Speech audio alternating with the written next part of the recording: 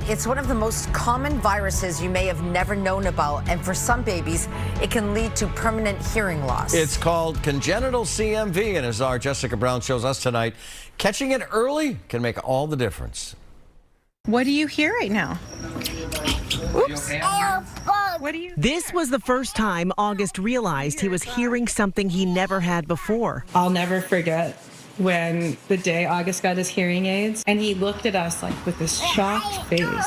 But getting to that moment took time. When he was a toddler, his parents knew something wasn't right. He was slow to crawl, then slow to walk, and he had a lot of balance issues. He was falling frequently. One doctor's visit sent them straight to the emergency room and months of appointments to figure out why. I think we had over 48 different appointments. Then came the moment that changed everything. He sat on my lap in the hearing booth and I watched him fail the hearing test, sound after sound. 9 months later, and our neurologist called us and said he has CMV. CMV, or congenital cytomegalovirus, a common virus passed to a baby before birth. We had never heard of it. And it's more common than many realize, affecting 1 in every 200 babies born. It's the most common infectious cause of birth defects. At UMass Memorial, infectious disease specialist Dr. Laura Gibson says CMV spreads through saliva and urine, often from young children, putting pregnant women around kids at higher risk.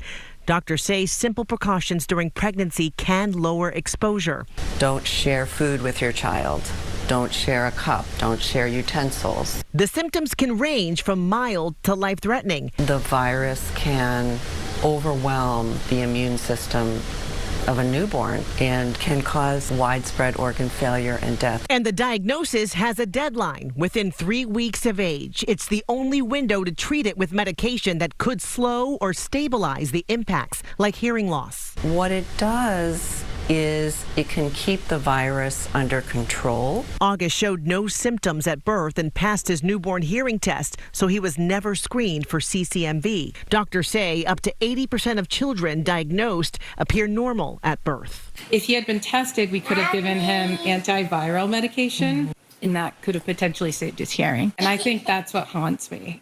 Now his parents are pushing Massachusetts lawmakers to require prenatal education and universal screening for CMV so other families don't miss that window.